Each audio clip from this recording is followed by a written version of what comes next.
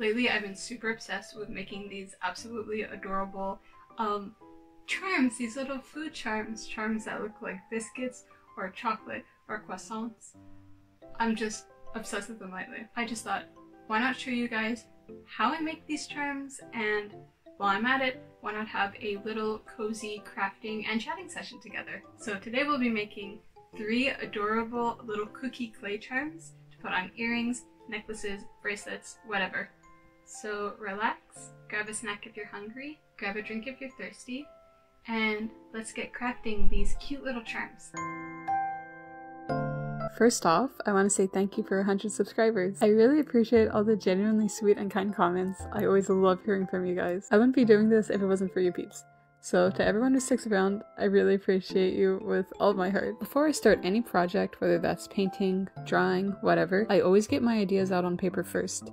I try to make as many sketches as possible, because the more sketches, the more possibilities to explore my ideas and flesh them out further. My ideas for this video morphed and changed a lot, but I settled on making these charms. A chocolate-filled biscuit for the necklace, a plain butter biscuit ring, and chocolate Linzer cookie earrings. I'm making these with polymer clay. I don't actually remember the brand that I'm using right now. It was a gift for Christmas, I think. So I start out with a pale yellowy color, sort of like the color of raw dough. Sometimes clay can darken a noticeable amount after baking, but I haven't noticed that problem with this clay. I think it's only when the color's a bit lighter that you notice it a lot more. A few years ago, I was making and selling a lot of clay fridge magnets, mostly food themed. And my absolute favorite to make were croissants. They were the ones that sold the most, they were the ones that people liked the most. So I would just make so many of them. I literally made a mold to make the croissants, because I just made like so many of them, and it was difficult to get like all of them consistent when, you know, you're making like 10, 15 at a time. Maybe I should start making them again. They were super fun to make. I felt like a baker in my own teeny tiny bakery making food that you can't eat. You know, there's a lot of cookie themed Lolita jewelry that's made out of plastic, but I don't know, I really enjoy the texture and look of clay accessories more. So I had to change the way I was making the earrings mid-video. I just absolutely hated the ones I made in the video. I hate how they turned out. I didn't even bake them. Before filming this video, I did actually make a few other charms, some backup charms. So the ones you see in this video are actually the ones that I made before filming. By the way, I'm making these accessories to match the skirt I'm wearing. You can barely see it in the intro, so here's a better picture of it. It's filled with biscuits and cookies and chocolate. I fell in love with this fabric after I saw it used for skirt in an issue of Otome no Sewing. And the one in Otome no Sewing, it comes in the lighter cream colorway, so I went out and found it in a darker brown colorway. And if you don't know, Otome no Sewing is a sewing magazine filled with Lolita sewing patterns and cute DIYs. They have a lot of really interesting patterns for JSKs, OPs, skirts, even things like bags, accessories like hair bows. I really suggest looking up either scans of the magazine. I think Miss Carol Bell and Fua Fashion. Those are 2 bloggers that I've seen upload a few scans of some Otome no Sewing magazines. Really useful. You could also get them secondhand for a pretty good price. I think they're about like maybe like $25 to $40 Canadian. If you find them secondhand, I think you could find them like on Etsy or like eBay. Yeah, I would love to get my hands on a physical one, but for whatever reason I just haven't had the chance to get one. And I was thinking about making a matching head bow, or just some like little matching accessories, or adding on to the skirt, or even making a JSK with this fabric, but I cannot find this exact colorway anywhere. I cannot find the dark brown version of this fabric anywhere online.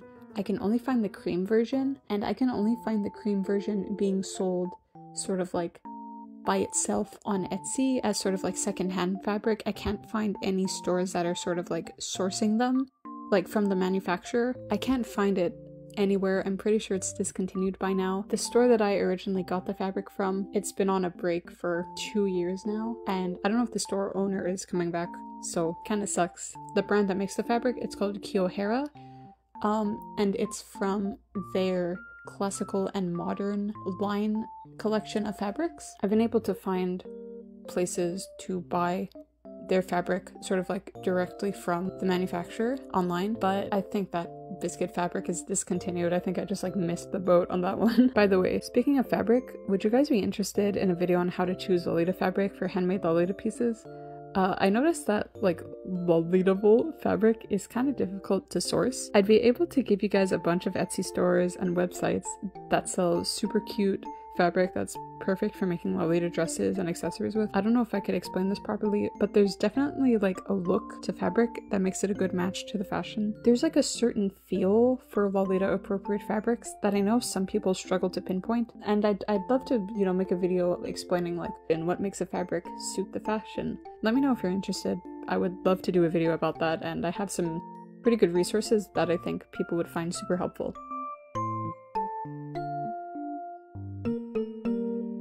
Alright, charms are ready to bake. After that, we'll add the finishing touches. So, for the chocolate ganache on the little biscuit, I use lightweight spackling paste mixed with a brown acrylic paint. Yes, spackle. Like what you fill holes in the walls with. It pipes exactly like frosting. It's really cool. It even sounds like frosting when you're sort of like putting it into the piping bag.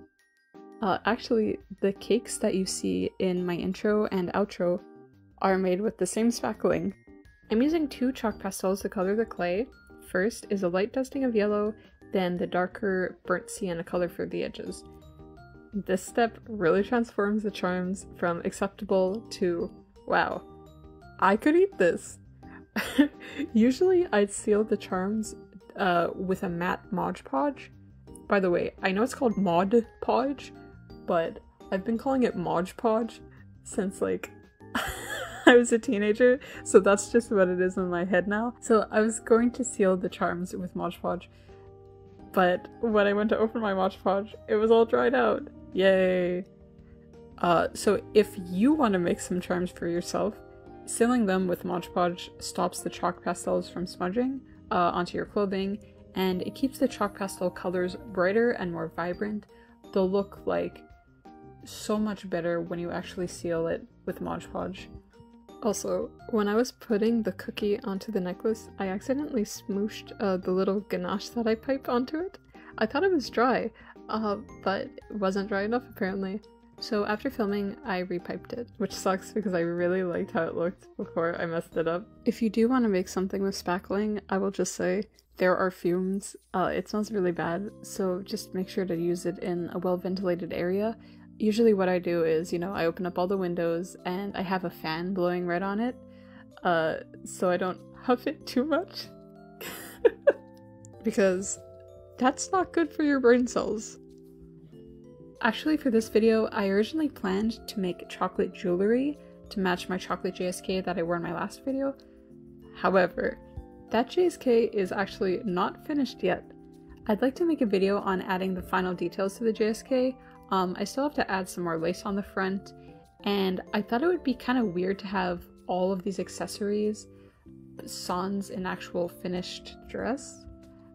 Also, again, I got that chocolate fabric because I saw it in an Otome no Sewing edition, and now, same problem, I cannot find it anywhere. I got it from the same store that I got the biscuit fabric from, and again, her store's been closed for 2 years.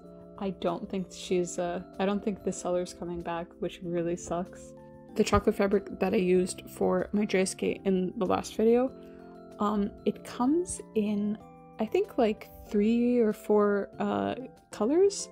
In the Otome no Sewing book, you see a dress made with the dark chocolate colorway and a dress made with the ruby pink chocolate colorway. But it also comes in milk chocolate, which is the fabric that I have. It comes in white chocolate and it comes in mint chocolate. I would love to have a chocolate dress of each color. A dark chocolate dress, milk chocolate dress, pink chocolate dress, mint chocolate dress, white chocolate dress. I would love to have a chocolate dress made in each colorway of the fabric. Again, I can't find it anywhere. I'm so upset. I love that fabric so freaking much. On the bottom, it even says like, would you like some chocolate? This chocolate is sweet and tasty, and it's just so cute, and I love that fabric. Okay, anyways, back to the clay. As for another one of my inspirations for the charms, I really enjoy the accessories like necklaces and earrings from Emily Temple Cute. I don't know what it is, but all of their accessories, they sort of hit that little niche in between cute and kitsch that I really like.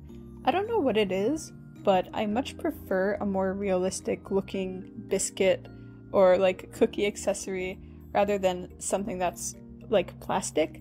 I don't know, I love the idea of someone coming up to you and saying, "Is that real?"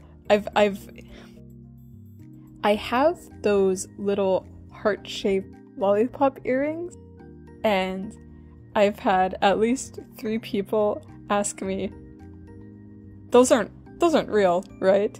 I mean, like, I know they're joking, but it's just really funny to, you know, maybe play along. I don't know what it is about Emily Temple Cute's dresses and accessories and everything, but like it just hits that perfect kitschy, cute look for me.